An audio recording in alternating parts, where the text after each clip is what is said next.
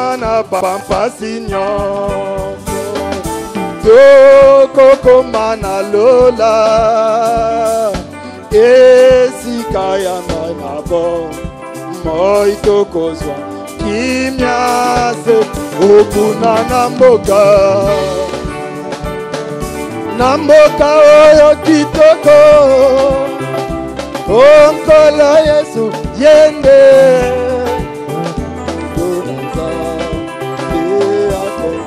ngalibe okuna na mboka oyo kitoko mwana pate yende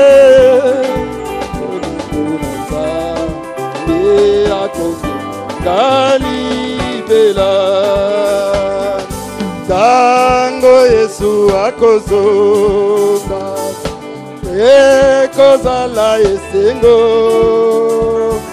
mboka oyo ya kitoko ekozala libe okuna na mboka ye na mboka oyo ya biso mwana pate yende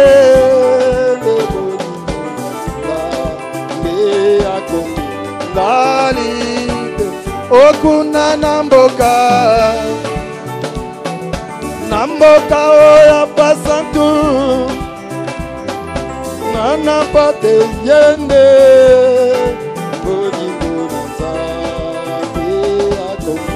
ngalibela nakoyemba na nzela komema bato kunana ekulusu elongezali mbanzi mingi ezokisi nkolo ayebi azali kokamba pe na bini o nalingi komona Yesu oh Cantique 196 ikomba esili nabiki oh ngai nalingi komona Yesu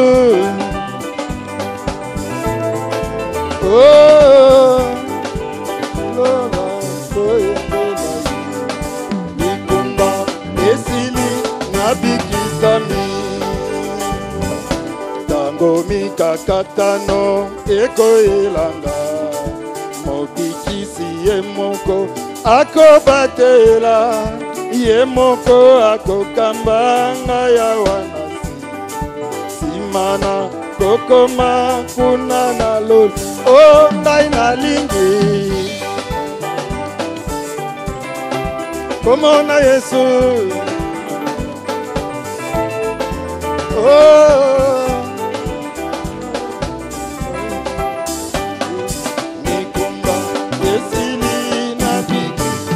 oh nalingi nakomona Yesu nayemba nesengo ngolu naye nanzela nalola koyembela ye nikumba esili nabikizami namosala na Nzambe butu ekoya makasi etenamo nalisusu te nabelemi na nkolo angengelinga tosanga nelongo kino na lolo oh nalingi komona Yesu oh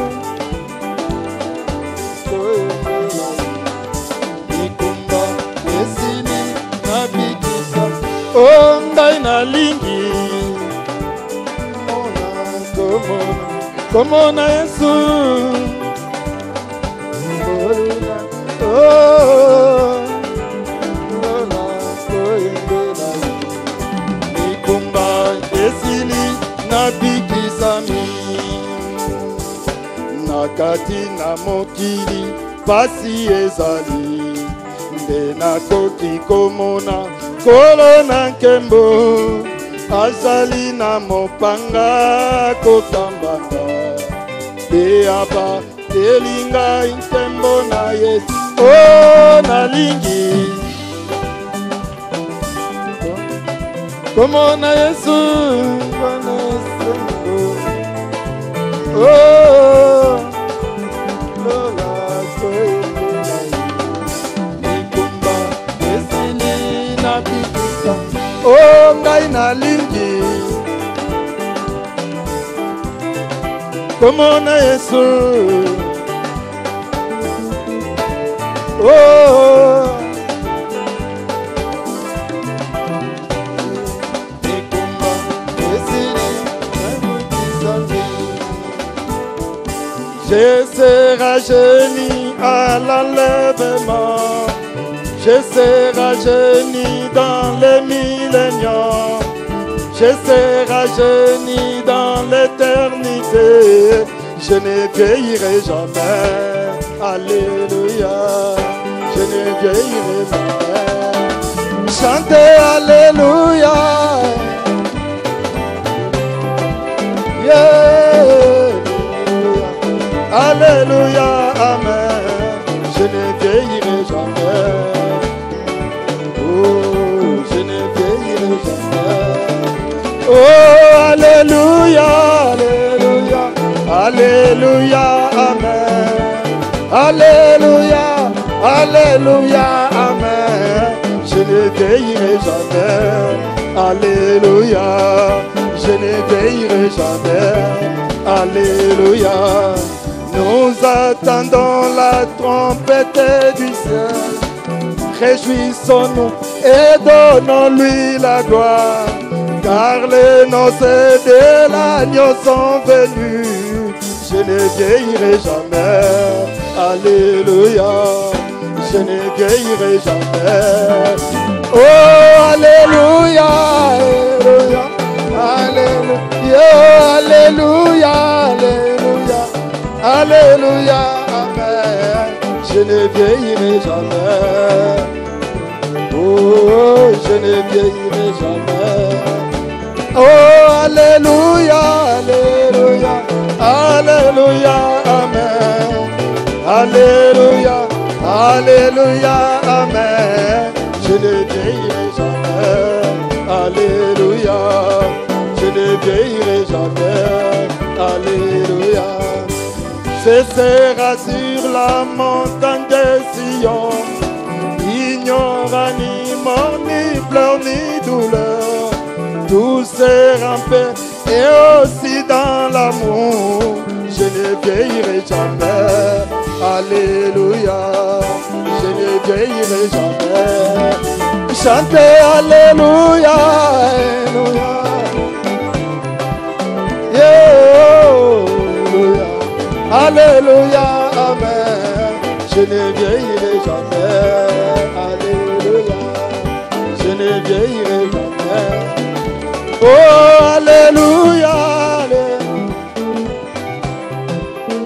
Oh, amen. Je ne vieillirai jamais.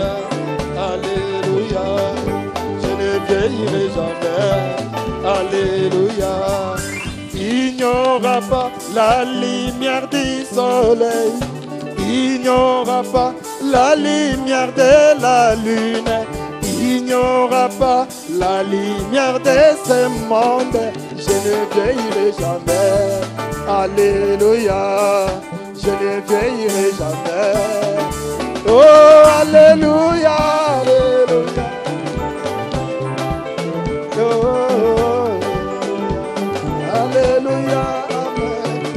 Je ne vieillirai jamais. Alléluia. Je ne vieillirai jamais. Yemba, alléluia, alléluia. Oh, alléluia, amen. Je ne vieillirai jamais. Alléluia. Je ne vieillirai jamais. Alléluia. L'agneau sera la lumière des élus. À Jérusalem, la cité est royale. La ville est sainte et bâtie pour l'épouse. Je ne vieillirai jamais. Alléluia. Je ne vieillirai jamais. Yemba, alléluia. Oh.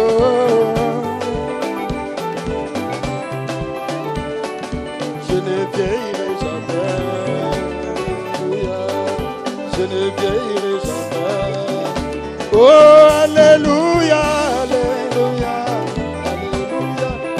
Oh, alléluia, alléluia, amen. Je ne vieillirai jamais. Alléluia. Je ne vieillirai jamais. Alléluia. Et son épouse s'est bien préparée. Elle a été revêtue de fin lin pour se réjouir auprès de son époux. Je ne vieillirai jamais. Alléluia. Je ne vieillirai jamais. Oh, alléluia.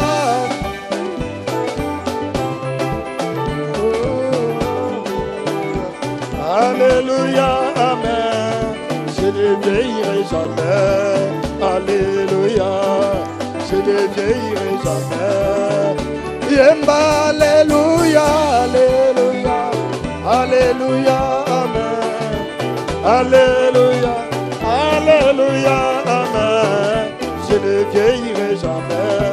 Alléluia. Je ne vieillirai jamais. Alléluia. Et tous les appelés au festin qui ont la parole de l'héritage, la révélation complète de Jésus. Je ne vieillirai jamais. Alléluia. Je ne vieillirai jamais. Chantez alléluia.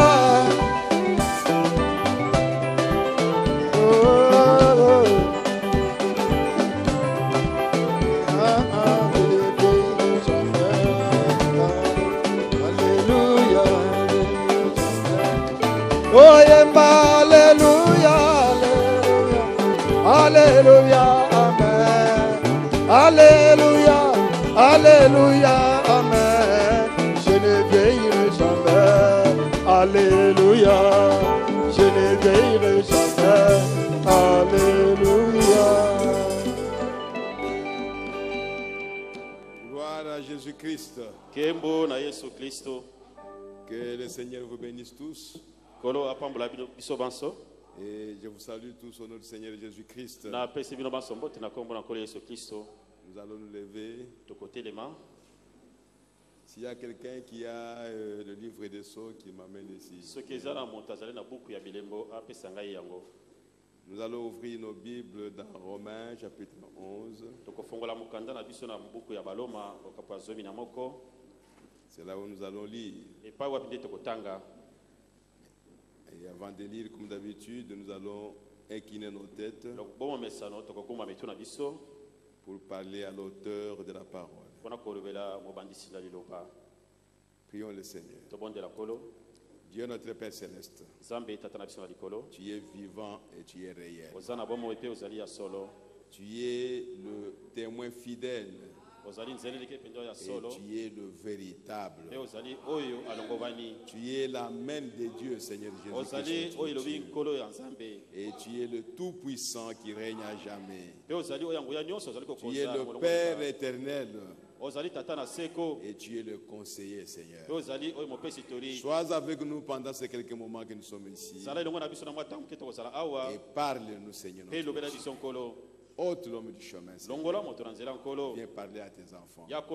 Nous croyons que tu l'as déjà fait. Et tu le continueras à le faire.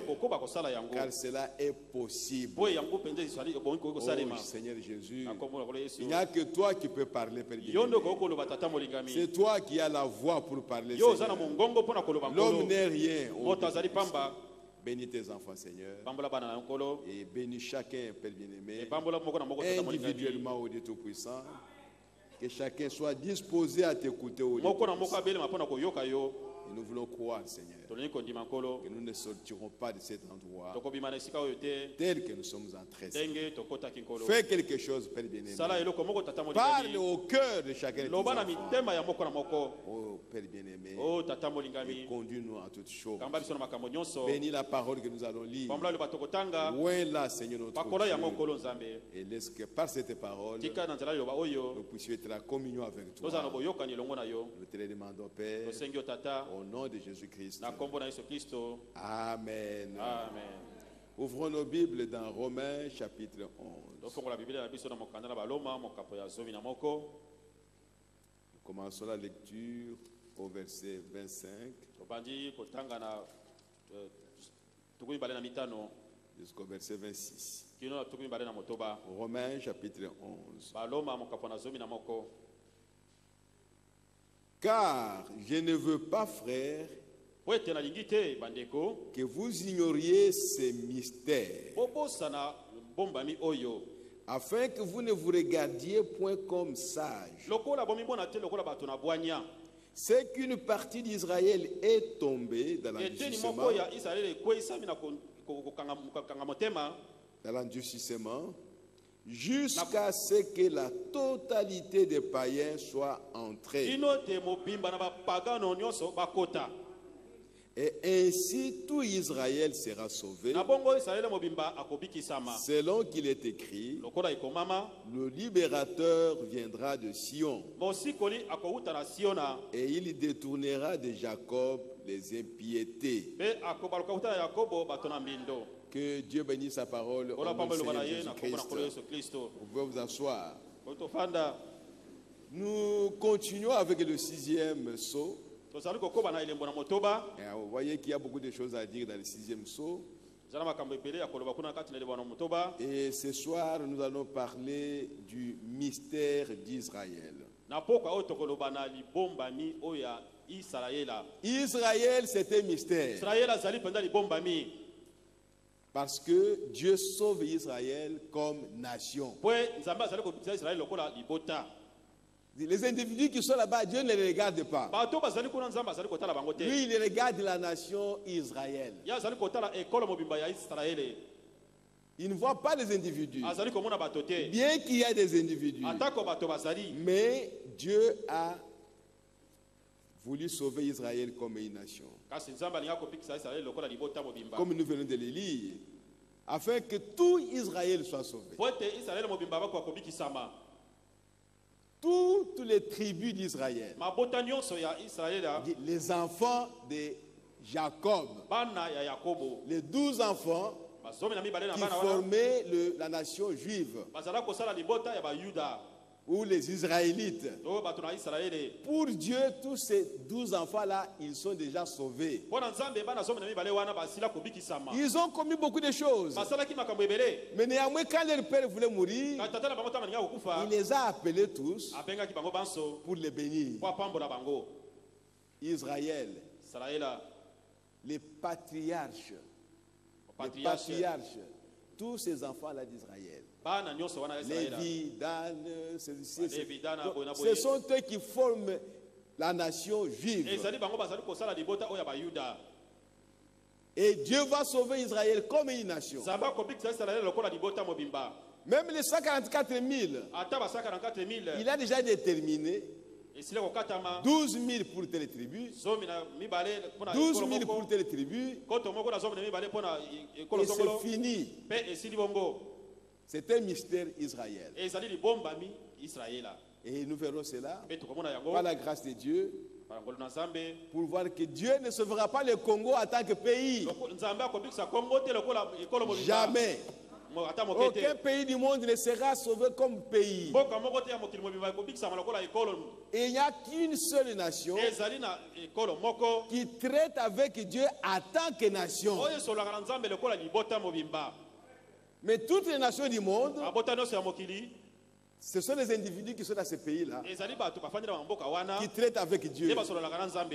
Mais Israël est la seule nation au monde qui est appelée peuple de Dieu. Un peuple pillé. C'est-à-dire même quand Jésus est venu, vous ne pouvez pas donc pointer un Israélite, voilà, il a commis ceci, il a fait ceci. Non.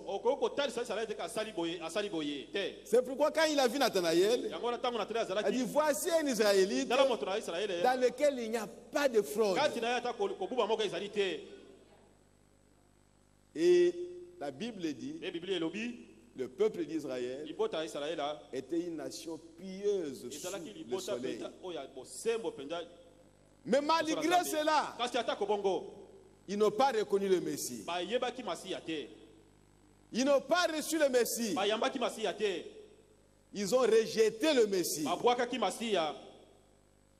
Et aujourd'hui, nous savons qu'ils ont rejeté le Messie, pas parce qu'ils étaient mauvais, pas parce qu'ils n'obéissaient pas au commandement de l'Éternel, pas parce qu'ils n'avaient pas la parole de Dieu, pas parce qu'ils ne croyaient pas aux promesses. Ils ont rejeté le Messie parce que Dieu lui-même les a aveuglés. Ça c'est formidable. Si Dieu ne les avait pas aveuglés, Israël recevrait le Messie. Parce qu'ils avaient toutes les promesses qui concernaient le Messie. Ils les lisaient dans les synagogues, dans les temples, et ils attendaient le Messie. Mais Dieu les a aveuglés. Il a pris leurs yeux, il les a braqués sur les Écritures, quelques Écritures, et ils ont oublié d'autres Écritures. Or, ils devaient croire à toutes les Écritures qui parlaient du Messie qui viendra. Toutes les Écritures. Ils devaient marcher avec ça. Et tout cela parce que Dieu les a aveuglés. Israël, c'est un mystère. Une nation est née. Voilà, sur la terre. Dieu a appelé Abraham. Et il lui a dit, ta postérité à toi. Et toi-même, je vous ai déjà sauvé. Que ta postérité sera bénie. Et les gens des nations seront bénis par cette postérité. C'est pourquoi Israël, quand il veut faire quelque chose, ils allaient toquer à la porte de Dieu. Si Dieu dit oui, avancez, alors ils avançaient. Et Dieu leur a donné un signe. Et tout le monde avait ce signe. Le signe de la circoncision. Parce qu'ils étaient israélites. Donc tout le monde. Le fait qu'il avait ce signe, il était israélite. Mais c'est plus tard que l'apôtre Paul recevra la révélation que tout Israël n'est pas Israël. Oh, gloire à Jésus-Christ. Dieu a aveuglé Israël. Disons quelque chose. À la page 428. Je suis au paragraphe 232. Paragraphe 232. Et vous voyez, il fallait que leurs yeux soient aveuglés. Sinon, ils l'auraient reconnu. Vous voyez mes bien-aimés, Dieu lui-même aveugle son propre peuple. Quel amour! Et tout cela pour que toi et moi, nous puissions être sauvés. Là où il a arraché Israël, Dieu lui-même par sa volonté, il a coupé Israël et il vous a pris vous pour vous remplacer Israël. Comment vous ne deviez pas l'aimer, Seigneur? Ses propres enfants, il les a aveuglés. Et la Bible dit, ils sont tous morts. C'est-à-dire séparés de Dieu. À cause de vous, les gens des nations. À cause de moi, à cause de toi.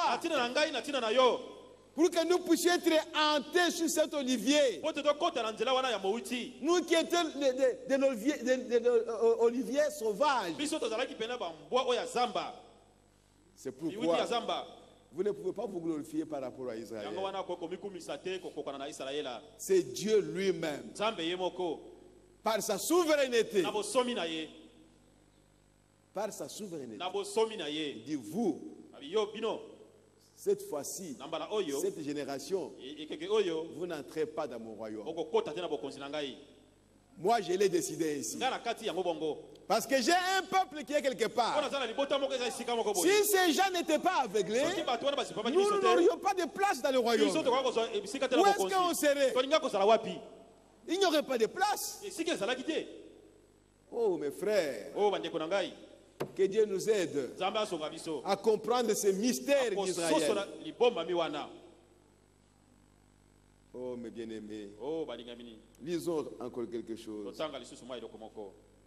Au lieu de cela, comme ils étaient aveuglés, cela a permis à Satan d'agir sur eux. Parce que Dieu les a aveuglés. Et ils pouvaient regarder à Jésus, dire, tu es Belzéboul, tu es un fou, tu es un samaritain. Satan ne peut pas te toucher si Dieu n'ouvre pas la porte. Il ne peut pas. Lui-même le sait très bien. Que tant que tu es dans la position d'un enfant de Dieu, il ne peut pas te toucher. À moins qu'il ait la permission de votre Père. Alléluia. Alléluia. Il voulait aller toucher Job. Ça n'a pas marché. C'était rusé. Il va vers Dieu, aux alentours de Dieu pour que Dieu puisse le voir. Dieu l'a vu. Il dit, hé, toi, d'où viens-tu? Dieu dialogue avec Satan. Il n'est jamais devenu Satan. Mais toi, tu dialogues avec un païen, un pécheur, tu deviens pécheur. Mais tu es un enfant de Dieu, non? Tu ne deviendras jamais un enfant de Caïn. Jamais. Tant que tu es un enfant de Dieu, tu l'es pour toujours. Alléluia. Alléluia. Tu ne l'es pas devenu aujourd'hui, mais tu l'as toujours été. Oh, gloire à Jésus-Christ. Alléluia. Alléluia. Satan, retenez ça aujourd'hui. Dis à Satan, tu n'as aucun pouvoir sur moi. À moins que mon Père te l'autorise. Si mon Père ne t'autorise pas, tu ne peux même pas t'approcher tout près de moi. Dieu a aveuglé Israël. Retenez ça. Dieu, dans sa souveraineté, dans son bon plaisir, il a trouvé un plaisir d'aveugler Israël. Parce que toi, l'épouse des nations, tu lui étais cher. Tu étais comme de l'or, une pierre précieuse. Alors il devait sacrifier d'autres personnes pour te racheter toi.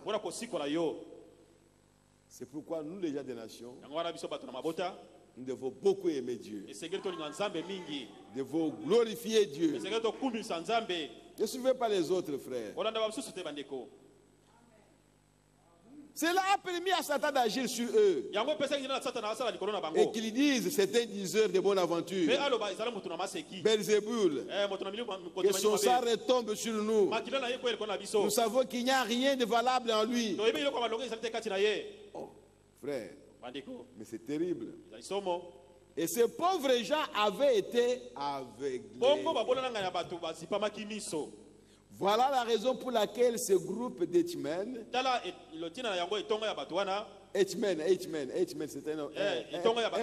un politicien, un grand homme politique. Et tous les groupes de ceux qui ont été tués à l'époque, ils ont eu le droit d'entrer. Dieu, dans sa souveraineté, il va maintenant prendre un autre groupe des enfants d'Israël pour se racheter. Non, pour se racheter lui Dieu. Parce qu'il a tué déjà un groupe. Maintenant, il les a dispersés dans le monde entier. Là, il permet qu'on les tue à cause du témoignage qu'il donnait de la parole de Dieu.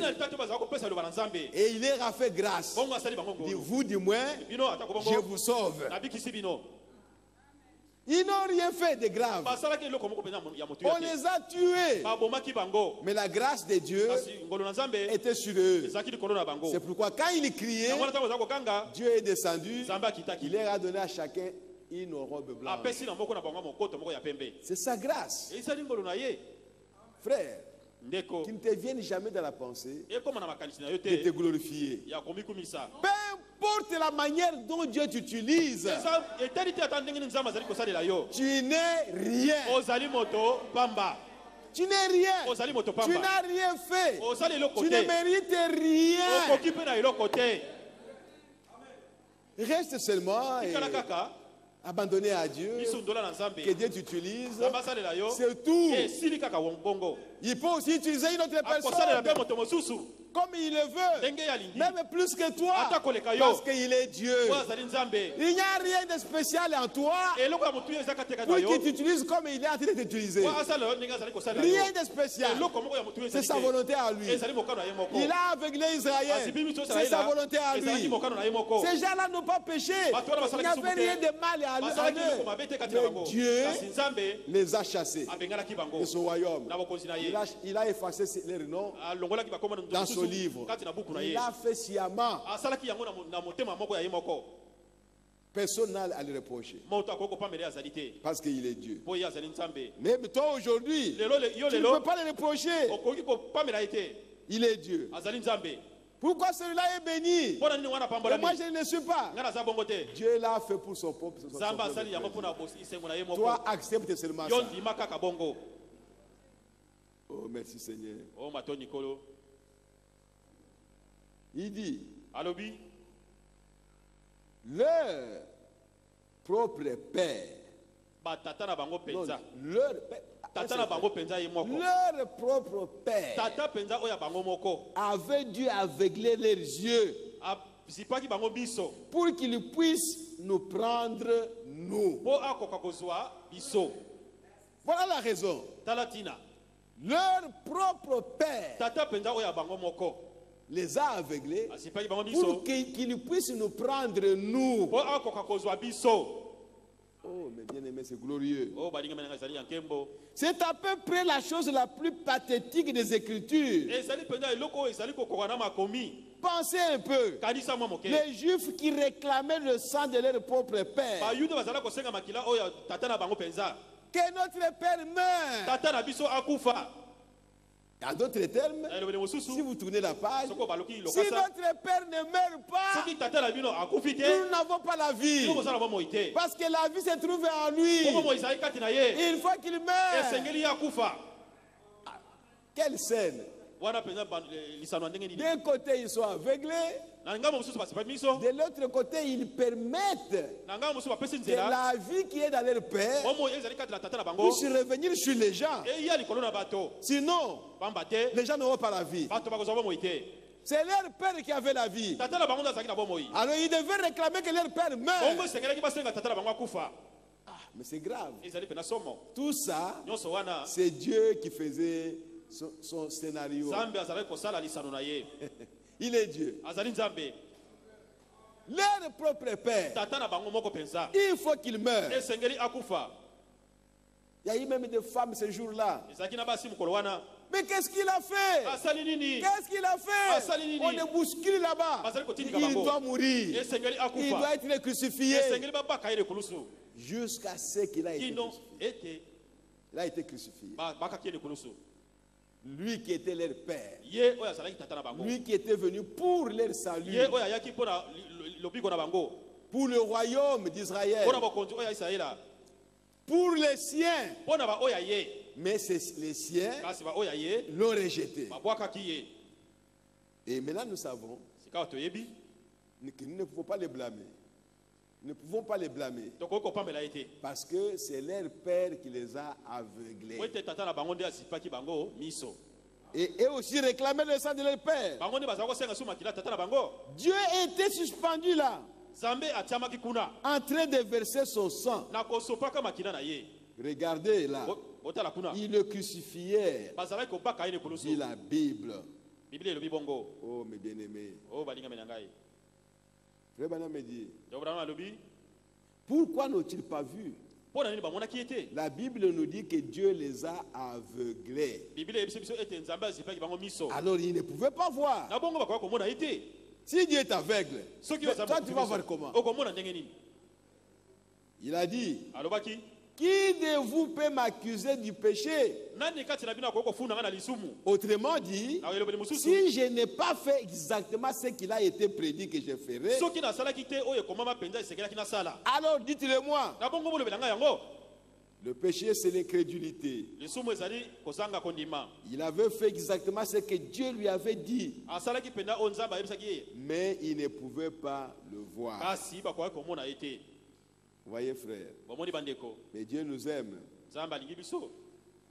Mais la grâce de Dieu a été manifestée à Israël toujours comme nation.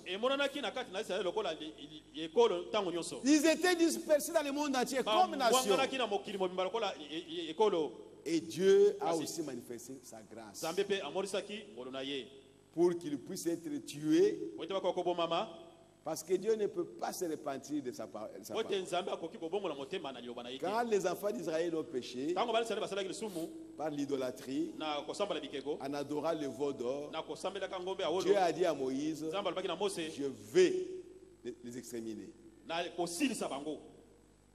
Mais Moïse est venu, il a intercédé, il s'est mis dans la brèche. Ne les tue pas. Pardon. Dieu a dit, vas-y.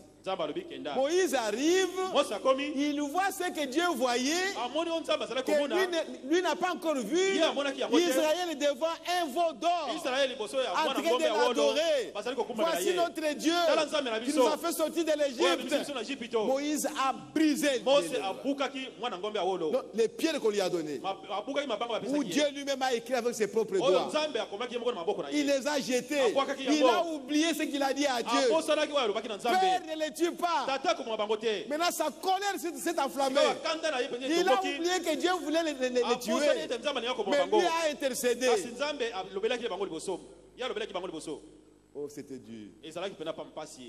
Quand il est rentré vers Dieu, Dieu lui a dit, j'ai écouté ce que tu as dit, mais je ne me répands pas à ce que j'ai dit. Je ne me répands pas. Je vais les exterminer après. Et tous ces gens-là sont morts dans le désert. Oh frère, ce sont des leçons que Dieu nous donne. Je vais lire quelque chose dans le 5e psaume. À la page 369. Le 6e saut, c'est vraiment un saut pour les Juifs. Comme nous l'avons vu, quand le 6e saut va commencer à se dérouler, l'épouse ne sera pas sur la terre. L'épouse sera au ciel. Oh mes frères, je suis au paragraphe 255.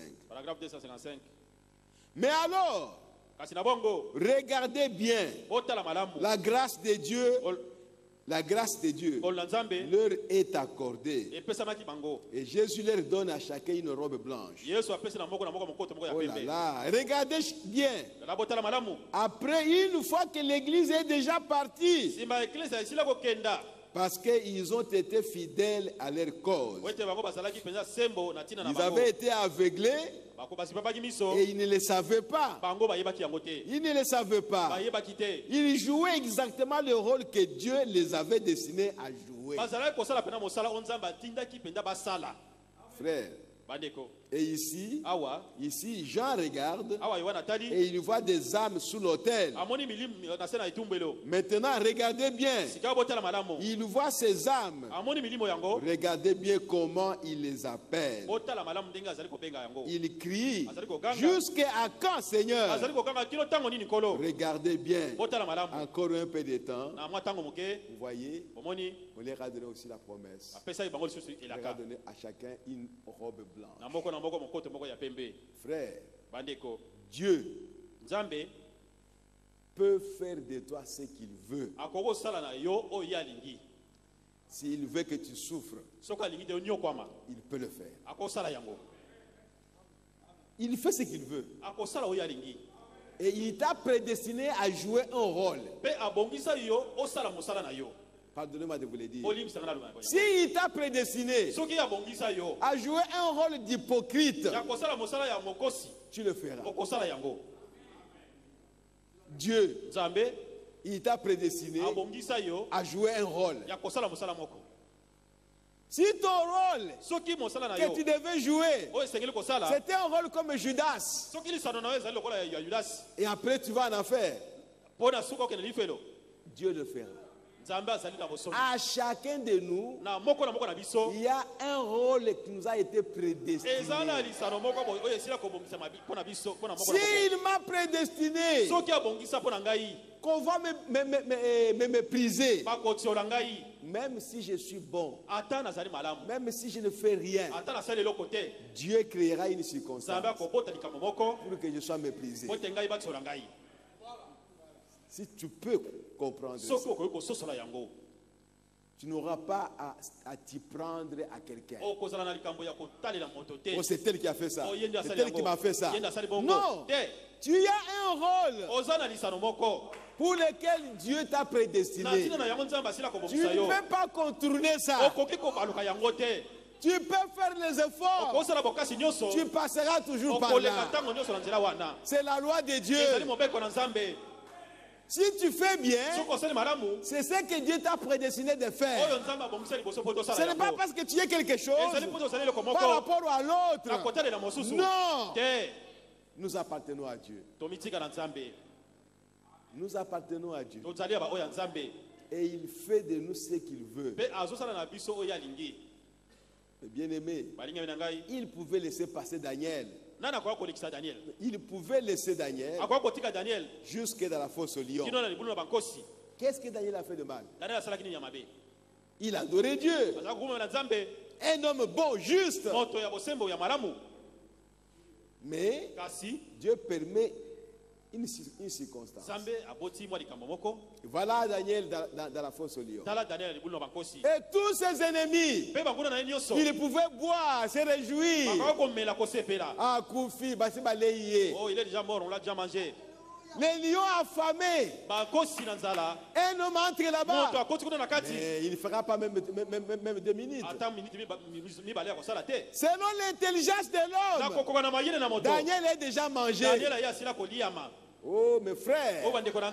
Mais le Dieu d'Israël a prédestiné Daniel à ce que son nom soit élevé parmi les nations. Oh, gloire à Jésus. Frère, tu es dans la main de Dieu. Tu es dans la main de Dieu. Dieu fait de toi ce qu'il veut. Accepte la volonté de Dieu. Sois prêt chaque jour. À chaque instant de ta vie. Sois prêt à accepter ce que Dieu veut faire de toi. S'il veut que tu ne manges pas aujourd'hui, même si tu as de l'argent, il va créer une circonstance pour que tu ne manges pas. Il est Dieu. Oh mes bien-aimés, que Dieu nous aide. Il y a des fois la nourriture est là. Mais Dieu crée une circonstance. Toute la journée, tu n'as pas mangé. Pas parce qu'il n'y a pas à manger. Mais à manger, il y en a. Mais toi, tu n'as pas mangé. Oh mes frères, que Dieu nous aide. Le jour où nous comprendrons la volonté de Dieu, vous ne souffrirez pas. Vous serez dans la joie à tout moment. Quand quelque chose arrive, tu regardes à Dieu, tu dis Seigneur, merci. Merci Père. Parce que tu as laissé cette personne m'injurier. Gloire à toi Seigneur Jésus. Alléluia. Alléluia. Oh mes bien-aimés. Nous sommes heureux. Quel amour de Dieu. Paragraphe 257. Paragraphe 257. Toujours 5e saut.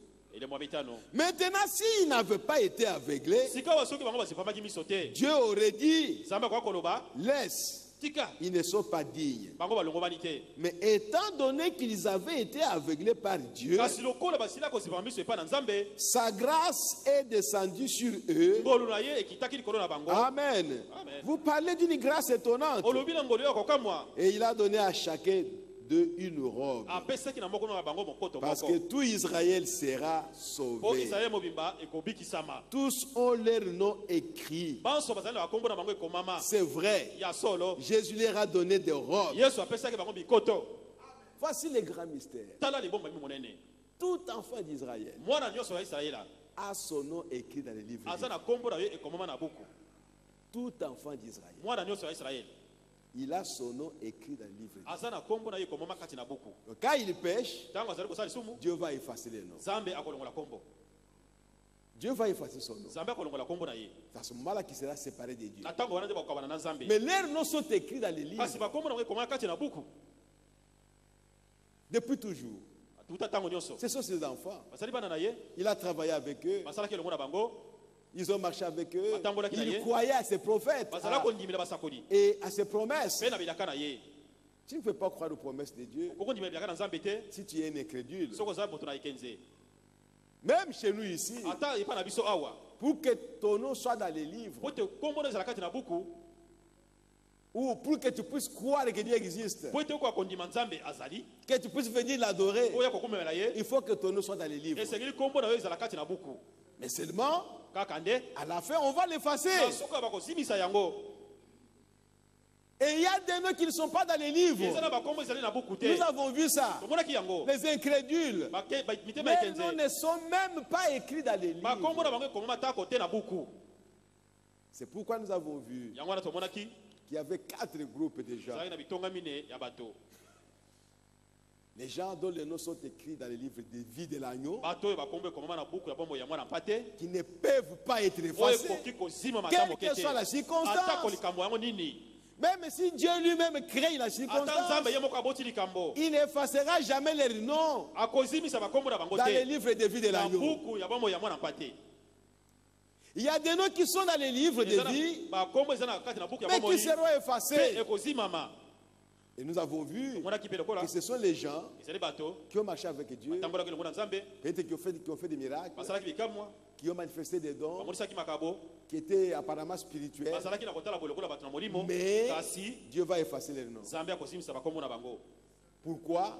Parce qu'ils n'ont pas demeuré dans la parole jusqu'à la fin. Ils n'ont pas demeuré dans la parole. C'est ce que Judas avait fait. Il avait un ministère. Il avait le don. Il avait une fonction dans l'église. Mais il n'a pas demeuré dans la parole. Il est allé comploter avec les gens pour qu'il les livre Jésus. Et Jésus lui a dit, mon ami, c'est que tu as déjà décidé à ton cœur. Fais-le. Fais-le. Et il est sorti pour aller le faire.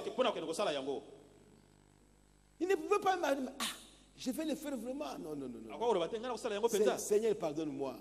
C'est le diable qui m'a trompé. Il était lui-même le diable. Oh, mes frères. Et il y a des gens qui sont dans les livres dont les noms ne seront pas effacés, mais qui n'auront pas reçu le Saint-Esprit. Ce sont ces gens-là que nous avons appelés les vierges folles. Ils n'ont pas eu de l'huile, mais ils seront sauvés à la fin. Au jugement dernier, ils auront la vie éternelle. Et en Israël, c'est encore la même chose. Mais ici, il y a une petite différence. Laissez-moi dire quelque chose. Parce qu'il s'agit du 6e sceau. C'est le sceau où il y aura des perturbations sur la terre. On verra ça les dimanches, Dieu voulant. Mais c'était pour un but. Pour que les 144 000 Israélites soient manifestés. Mais ici chez nous, le salut est individuel. Individuel. Ton père peut croire, il est sauvé, et toi tu n'es pas sauvé. Mais en Israël, si ton père était lévite, vous tous vous êtes des lévites. Vous êtes nés lévites parce que vous êtes de la tribu de Lévi. Mais de ce côté ici de la croix, c'est différent. C'est lui qui choisit selon son bon plaisir. Vous pouvez être les enfants du même père et même mère, mais vous tous, vous ne serez pas sauvés. Vous tous, vous ne serez pas sauvés. C'est dur. Je suis à la page 410. Paragraphe 105. Avec l'appel maintenant de 144 000, que nous allons voir ce soir et demain, c'est entre le 6e et le 7e sceau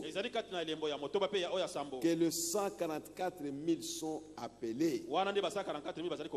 Comment ils seront appelés? Les 144 000. À la page 433, le prophète dit ceci. Je suis au paragraphe 269. Il dit, c'est là que les 144 000 sont appelés à sortir.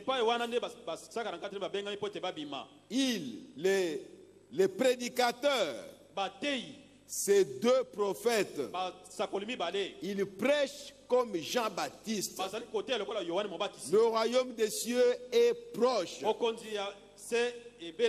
Répands-toi, Israël. Répands-toi. De quoi? Répands-toi de tes péchés, de ton incrédulité, et retourne à Dieu. Ils sont habitués avec la loi. Comme je l'ai dit l'autre jour, ils sont là en Israël. Les 144 000. Si tous ne sont pas encore là, mais du moins il y a déjà une partie qui est là. Pendant que nous avons le message ici. Parce que dès que nous partons, les deux prophètes iront en Israël. Ils vont commencer à prêcher. Il faut commencer à prêcher la Bible que nous avons ici. L'évangile que nous avons ici. Il faut prêcher le Messie. Il faut prêcher Jésus-Christ. Il repentez-vous. Ils vont prêcher comme Pierre le jour de la Pentecôte. La repentance des péchés. Et celui qui croit, qui se répand, sera baptisé. Il y aura le baptême d'eau au nom de Jésus-Christ. C'est le même évangile. Et ils auront le Saint-Esprit. Mais dans chaque tribu, il y aura seulement 12 000 qui vont recevoir le Saint-Esprit. Seulement. Même s'il venait des milliers, c'est seulement 12 000. Oh, mes bien-aimés, notre Dieu est vraiment merveilleux. Il dit, je suis au paragraphe 273. Remarquez, c'est exactement ça maintenant. Prenez de ce côté ici. Le soleil devient noir comme un sac. Vous voyez la même chose. Ce bouleversement de la nature. Qu'est-ce que c'était? Quoi?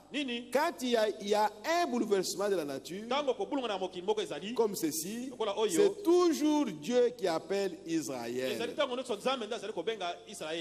En Égypte, Dieu a appelé Israël. Il y a eu le bouleversement de la nature. Tantôt il faisait noir. Tantôt l'eau changeait en sang. Tantôt il y avait des mouches plus que ce qui aménagent la terre. Et tout cela, c'est pour appeler Israël. Pour se faire voir à Israël. C'est moi votre Dieu. J'ai donné une promesse à votre père Abraham. Que vous irez dans un pays étranger. Et là, vous deviendrez esclaves. Mais 400 ans après, je vous ferai sortir. Mais qu'est-ce qui est arrivé? Les 400 ans se sont écoulés. Dieu a-t-il trompé? Dieu a-t-il menti? Non. Frère Branham me dit, quand les 400 ans sont arrivés, le peuple n'était pas prêt. Mais Dieu était prêt. Mais le peuple n'était pas prêt. C'est pourquoi il a ajouté encore quelques années. Le peuple n'était pas prêt. Parce qu'il n'a pas pu recevoir le libérateur. Et le libérateur a fui. Et il a fait encore 40 ans là-bas. Pour faire souffrir encore ces gens-là. Quand vous ne reconnaissez pas le temps où Dieu vous visite, vous êtes l'homme le plus malheureux. Parce que quand Dieu vous visite, c'est pour votre bien. C'est pour votre bonheur. Mais vous rejetez le prophète par qui Dieu est venu vous visiter. C'est pourquoi en Israël, quand on voit un prophète venir, pour eux c'est Dieu qui vient. Parce que le prophète leur apporte la volonté de Dieu. Qu'eux ne savaient pas. Pourquoi? Parce que la parole de Dieu vient toujours au prophète. Pas au pasteur. Pas à l'évangéliste. Pas à l'apôtre. La parole vient au prophète. C'est pourquoi les prophètes ont été appelés des dieux. Parce qu'ils traduisaient l'expression de Dieu. Frère Branham me dit qu'un prophète est fait de façon qu'il ne peut pas dire autre chose que ce que Dieu lui a dit. Il est fait comme ça. Toi, tu peux voir qu'il s'est trompé ici. Mais il est dans la volonté de Dieu. C'est ça le prophète. C'est Dieu qui fait son travail. Qui joue ses pions. Comme les gens qui jouent les dames. Combien ont joué les jeux de dames ici? Ah, voilà, ils sont nombreux. Et même les sœurs. Donc, vous donnez les pions. Toi, tu sais ce que tu veux atteindre. Tu lui donnes ici, lui, il prend. Tu prends encore ici, lui, il prend. Quand toi, tu vas prendre, tu vas ramasser tout ceci. C'est Dieu qui joue son jeu. Tu peux voir que c'est mauvais, mais pour Dieu, il a un but qu'il veut atteindre. C'est pourquoi, enfants de Dieu, cessez de vous plaindre. Arrêtez ça aujourd'hui. Les plaintes, arrêtez ça. Dieu est dans tout ça. Qu'est-ce qui peut se passer sur la terre dans votre vie que Dieu ne connaît pas, que Dieu n'a pas connu avant la fondation du monde? Qu'est-ce qui peut se passer dans votre vie qui peut surprendre Dieu? Quoi? Dites-le moi. Il n'y a rien. Nous ne sommes rien. Dieu nous connaît depuis avant que nous venions dans le monde. Tous les pas que je ferai, toutes les paroles qui sortiront de ma bouche, il connaissait ça. Tu peux me dire non, à partir d'aujourd'hui, je ne vais rien faire. Si dans sa volonté, il y a des paroles qui sortiront de ta bouche, tu les feras sortir malgré toi. C'est pourquoi, frères et sœurs, la meilleure attitude, c'est de s'abandonner à Dieu. Et ne pas prendre des décisions inutiles. Parce que tu ne réussiras pas. S'abandonner à Dieu. Seigneur, fais de moi ce que toi tu voudrais. Et tu avances. Lui, il sait ce qu'il avait déjà arrêté pour toi. Il le fera. Oh, mes bien-aimés, que Dieu nous aide. Au paragraphe 276. 276. Il dit ceci.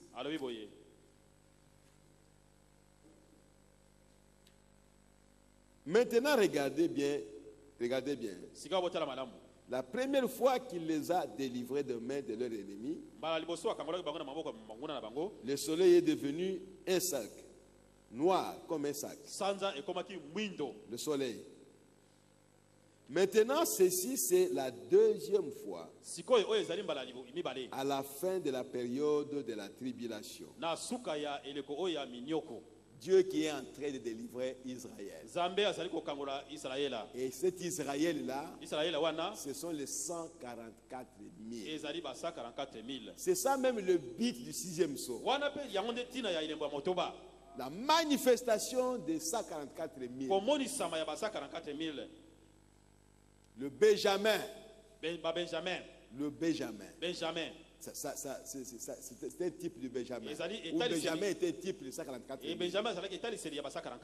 Le cadet des enfants d'Israël. C'est lui. Ce sont les 144 000 qui vont enflammer le cœur de Jésus. Parce qu'il doit venir se révéler à eux. Lui, Jésus. Il doit venir se révéler à ses frères. Les prophètes viendront, comme Branham est venu, il nous a révélé Jésus-Christ. Et nous connaissons Jésus-Christ, mais on ne l'a pas vu visible. Et les deux prophètes iront en Israël. Ils vont aussi prêcher Jésus. Ils vont le présenter au peuple. Et ils le recevront par révélation. Mais après, lui-même doit venir physiquement.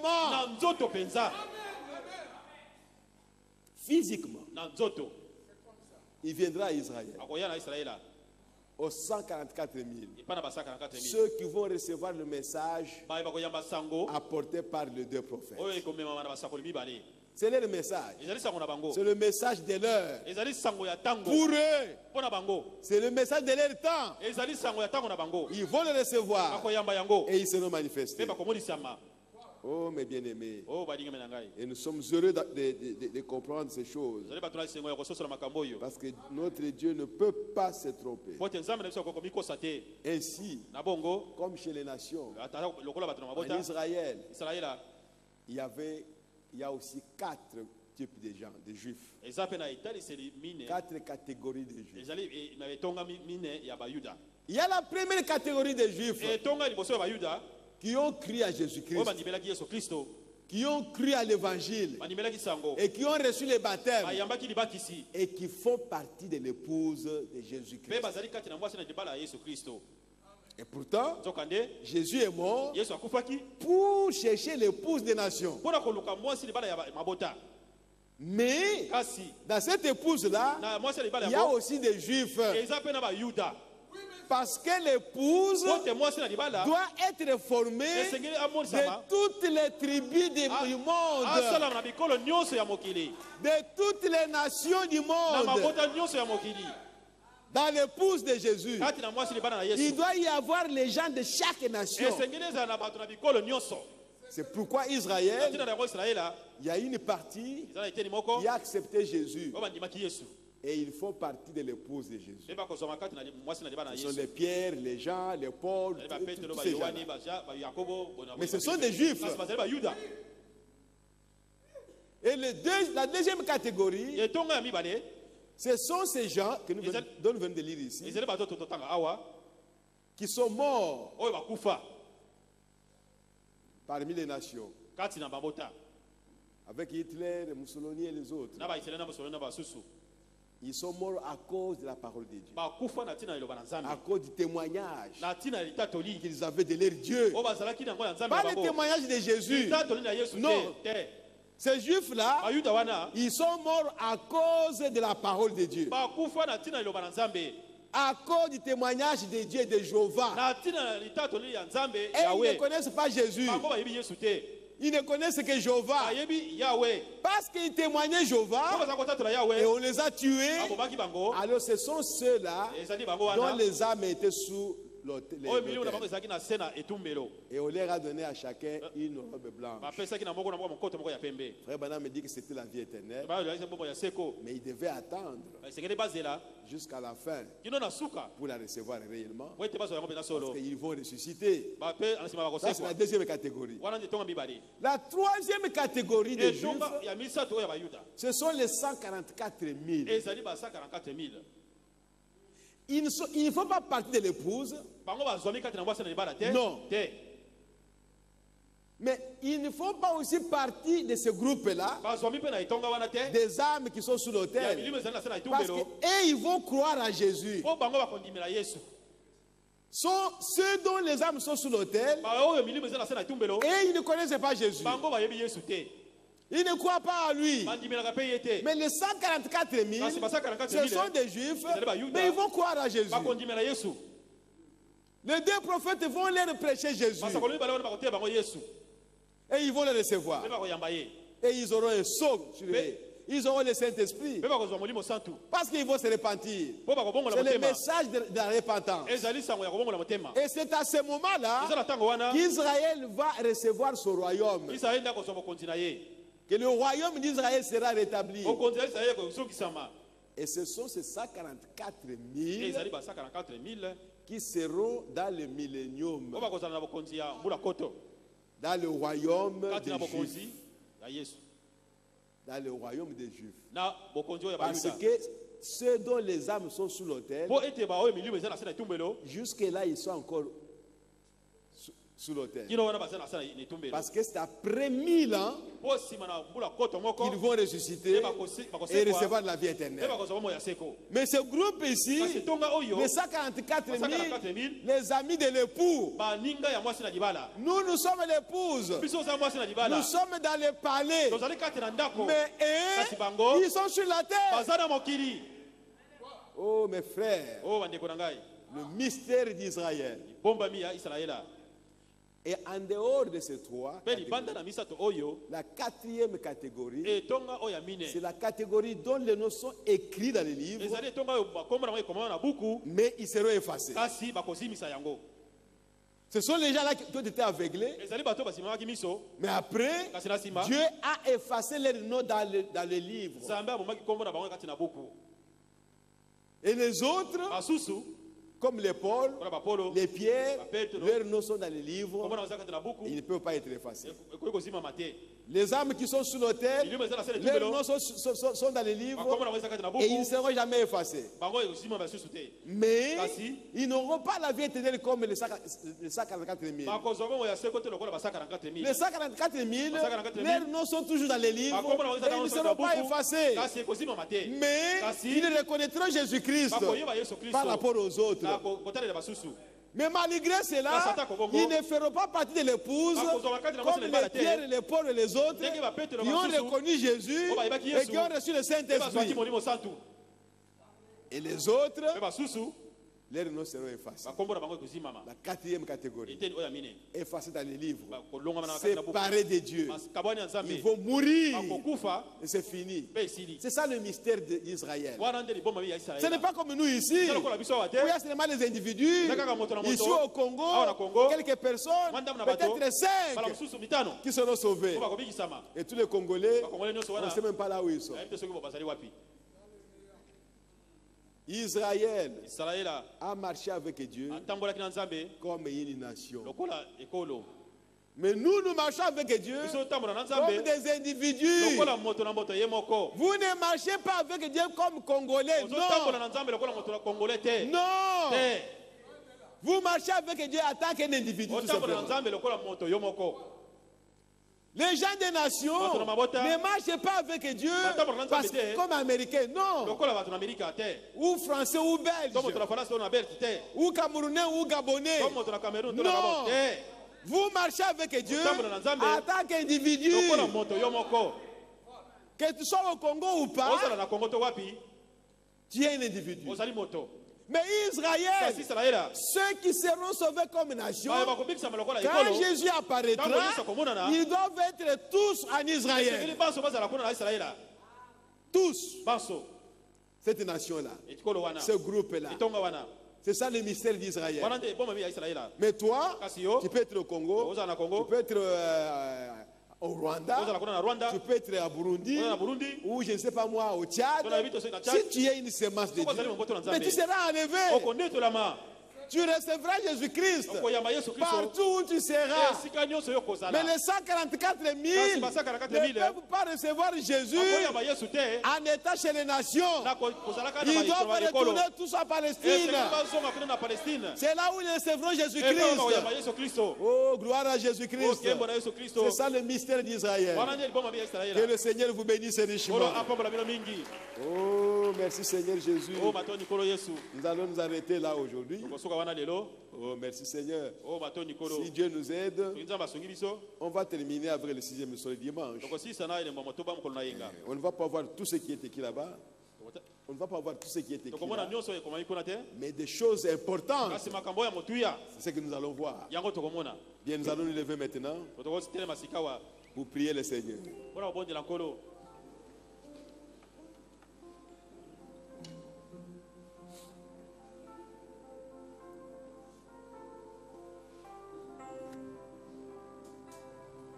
N'oubliez pas, frères et sœurs, quand vous allez prier Dieu, sachez bien que vous n'êtes pas ici au hasard.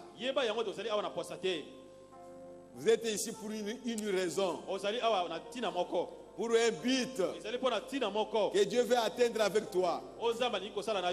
Comme nous l'avons vu l'autre jour, va chez celui qui t'a placé sur la terre. Ce n'est pas ton père qui t'a placé sur la terre. Ce n'est pas ton oncle. Ce n'est pas ton ami. Mais c'est Dieu qui t'a placé sur la terre. Demande-lui, quel est mon rôle que je dois jouer pour que je sois en bénédiction dans cette église, pour que je sois en bénédiction dans le corps de Christ.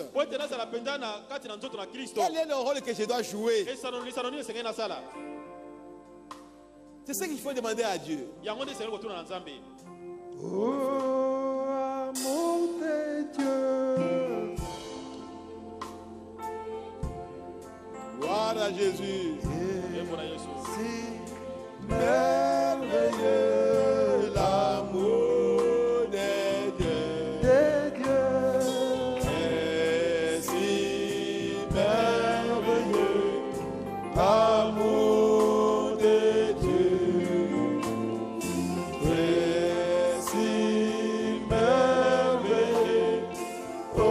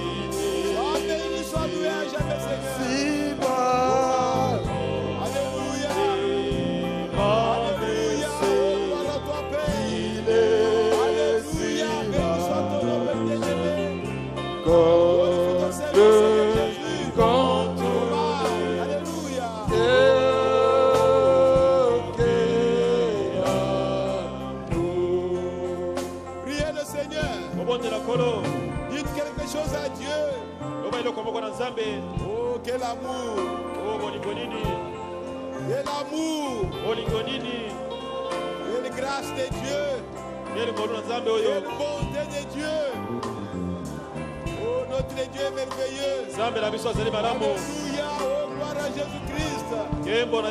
Sois béni, béni, béni à jamais, Seigneur. Oh, maître des cieux et de la terre. Alléluia. Gloire à Jésus. Alléluia. Gloire à toi, Seigneur Jésus. Oh, merci Père. Merci le roi des rois.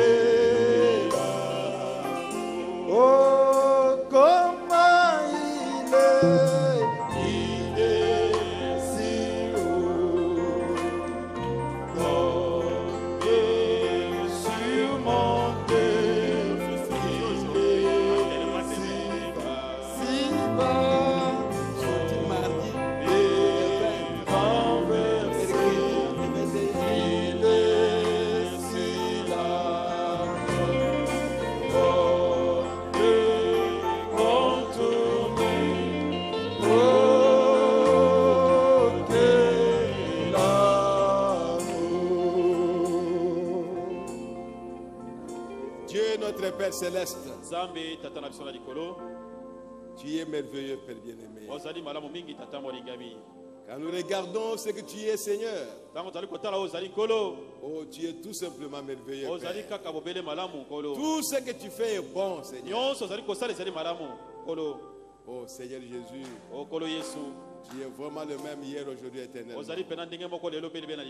Seigneur, tu fais toutes choses selon ton bon plaisir.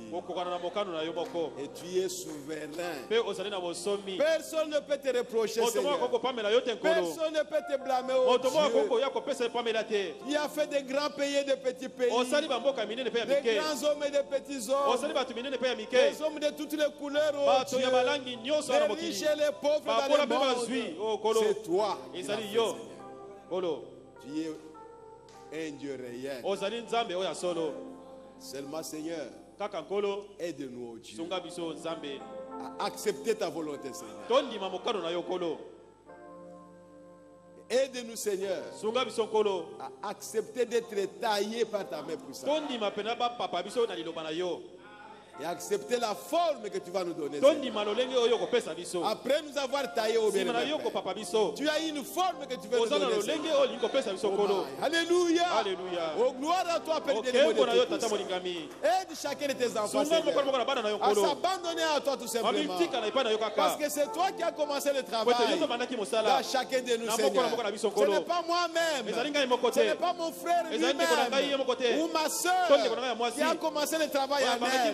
Mais c'est toi qui l'as commencé, Seigneur. Et tu sais là où tu vas en arriver. Oh, Père bien-aimé, révèle-nous ces mystères au bien-aimé, afin que nos cœurs puissent être dans la joie, afin que nous puissions mourir dans nos propres sentiments, les sentiments égoïstes, de croire que tout ce que moi j'ai fait est bon et que tout ce que l'autre fait est mauvais. Seigneur, aide-nous à mourir et nous attendre à toi et à toi seul. Merci, Seigneur Jésus. Bénis ton peuple.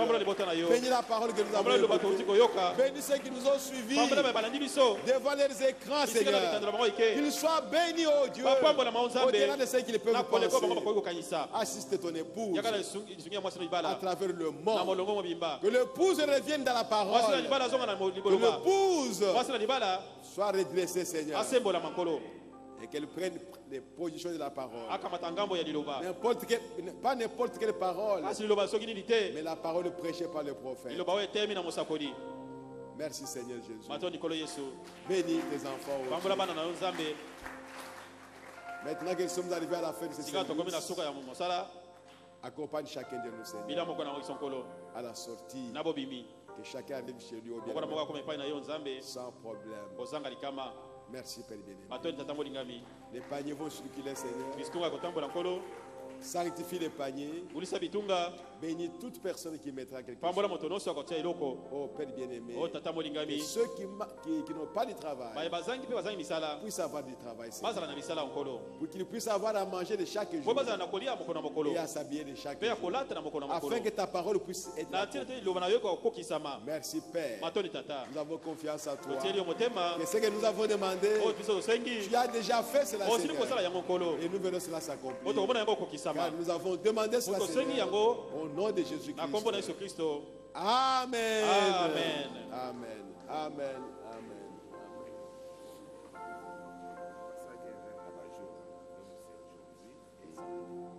Nous avons quelques communiqués nécrologiques.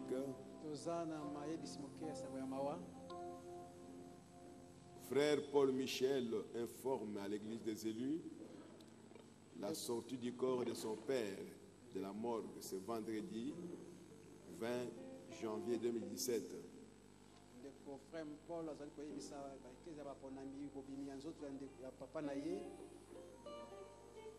Le corps sera exposé dans la salle Grâce. Grâce changée ou je ne sais pas. Sur Victoire. Référence Bibi Play. L'enterrement interviendra le samedi 21 janvier 2017 à Nécropole. C'est le frère Chris qui a écrit. Deuxième communiqué nécrologique. La sœur Nicole Koubalonzi informe au sein de l'église des élus la sortie du corps de leur grand-père aujourd'hui. L'enterrement aura lieu demain samedi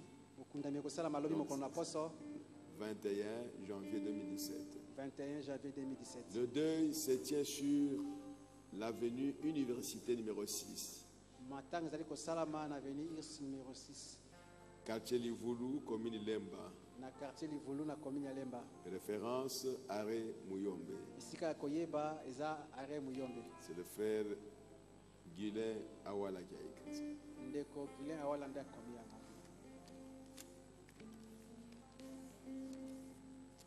Saluez votre frère qui est à côté, saluez votre soeur.